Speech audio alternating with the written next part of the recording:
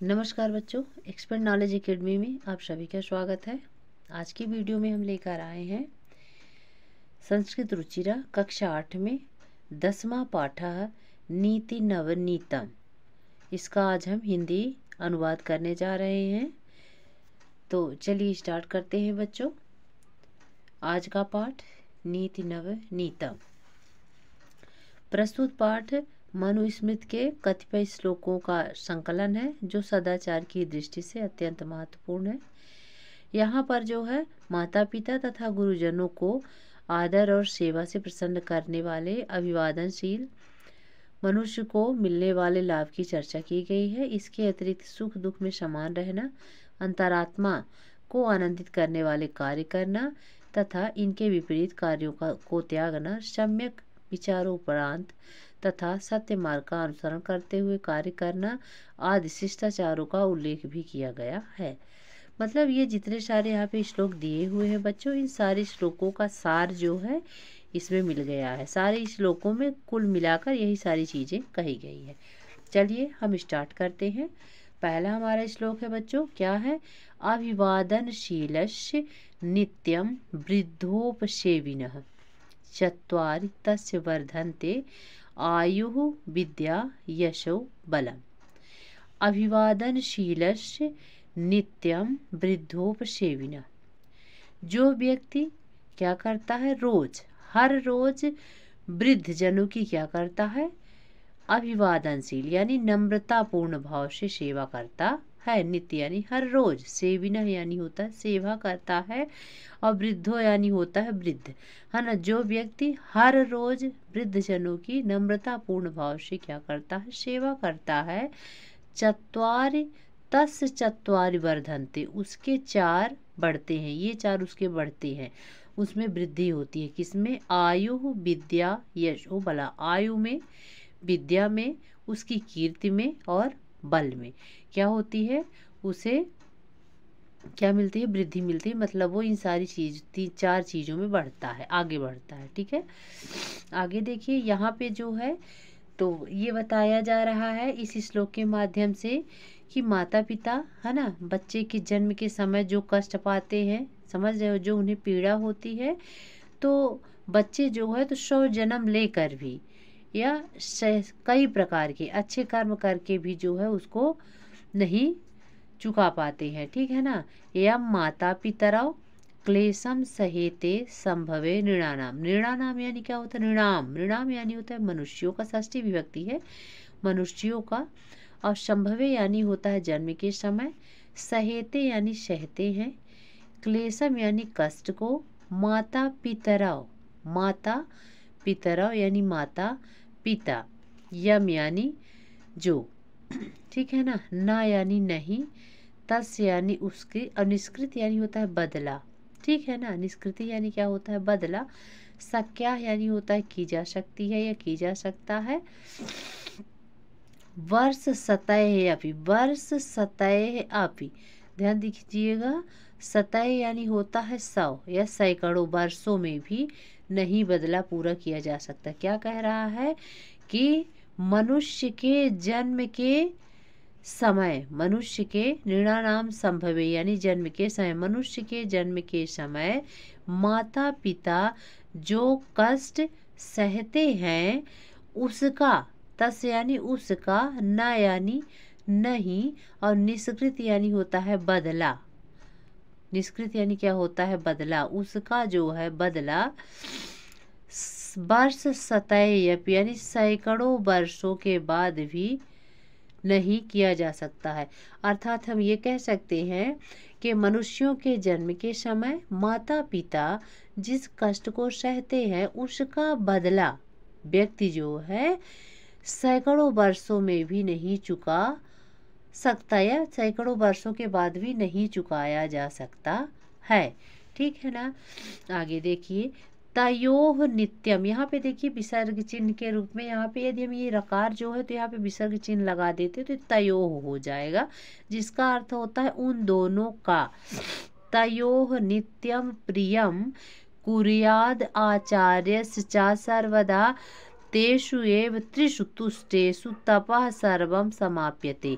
तयोः यानी होता है उन दोनों का, नित्यम यानी होता है हर रोज, प्रियम यानी प्रिय, हित प्रियया हित, कुर्यात यानी करें, आचार्य यानी आचार्य का, च यानी और, सर्वदा यानी होता है हमेशा, तेषु यानी होता है तेषु एव, त्रिषु तुष्टेतु, है ना, तेषु एव तुष्टेषु तपः सर्वम समाप्यते, अर्थात तेषु यानी उन, है ना, उन दोनों के ही, त्रिषु तुष्टेतु क्या कह रहा है, क्योंकि उन तीनों के, त्रिषु यानी क्या होता है बच्चों, तीन, अर्थात उन तीनों के, तुष्टेषु यानी होता है प्रसन्न होने पर, तपः यानी होता है तप या तपस्या, सर्वम यानी होता है सभी, क्या हो जाते, समाप्यते यानी होता है संपन्न हो जाते हैं। क्या कह रहा है कि तयोः नित्य मतलब उन दोनों, अर्थात माता पिता और आचार्य का सदैव क्या करना चाहिए, हित करना चाहिए, हमेशा हित करना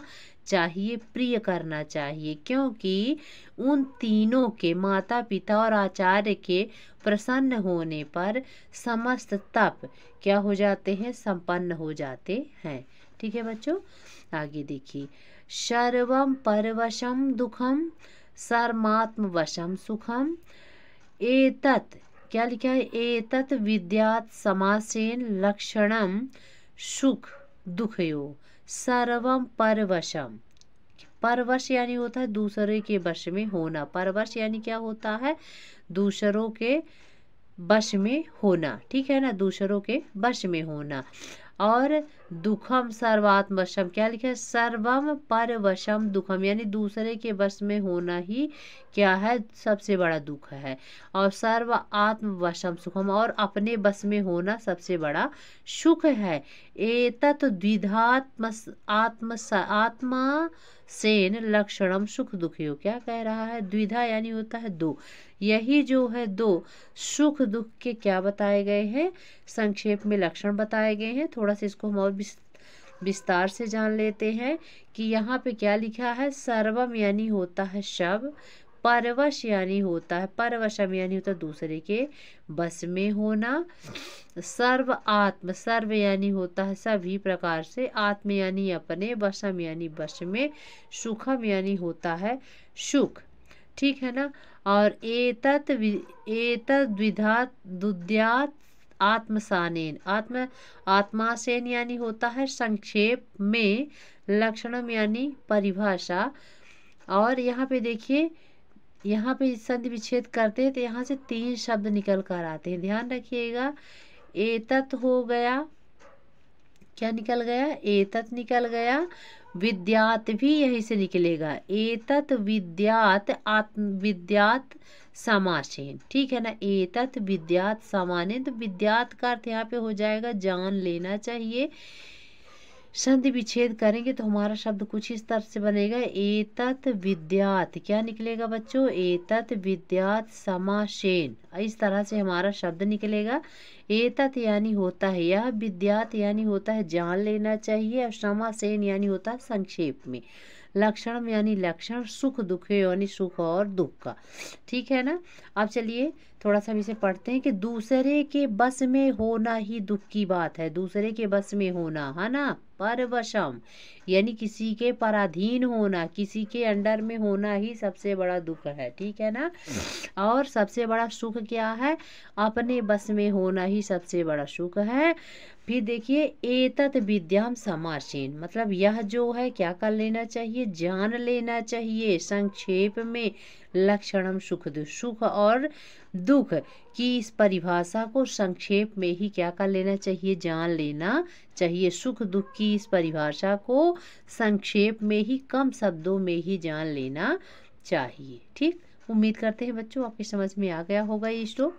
आगे चलिए, यत् कर्मः कुर्वतो वश्य स्यात् परितोषो अंतरात्मनः तत् प्रयत्नेन कुर्वीत विपरीतम तु वर्जयेत। यत् कर्मम, यत् कर्मम, यत् यानी जो, कर्म यानी होता है कार्य, है ना, और कुर्वतो यानी क्या होता है, करते हुए, कुर्वता यानी क्या होता है, करते हुए, अस्य यानी इसका, स्यात् यानी हो, अंतर पर स्यात् परितोषो, स्यात् यानी हो, परितोष यानी होता है संतोष, अंतरात्मना यानी होता है अंतरात्मा, तत्प्रयत्नेन उसे जो है प्रयत्न पूर्वक, कुर्वीत यानी होता है करना चाहिए, विपरीतम तू वर्जित, विपरीत इसके विपरीत जो है का क्या कर देना चाहिए, त्याग कर देना चाहिए। अर्थात जिस कार्य को करते हुए अंतरात्मा को क्या मिलती है, संतुष्टि मिलती है, हमारी अंतरात्मा संतुष्ट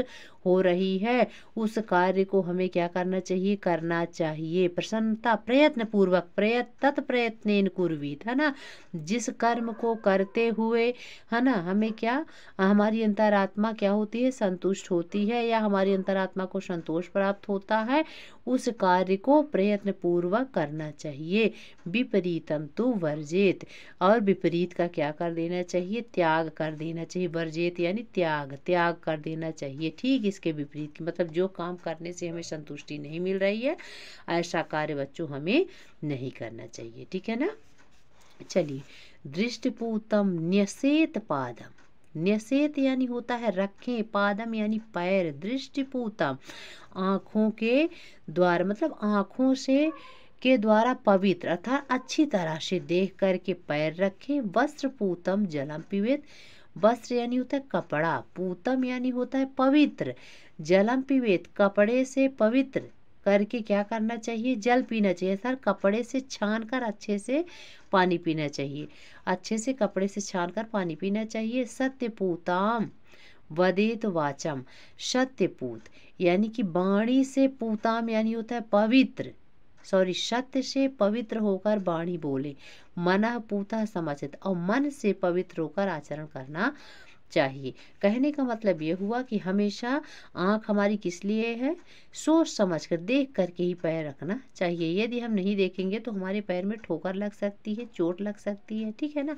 उसी प्रकार यदि हम पानी को देख करके उसको छान करके अच्छे से नहीं पिएंगे तो कई प्रकार के कीटाणु हमारे पेट में प्रवेश कर जाएंगे। ठीक है ना।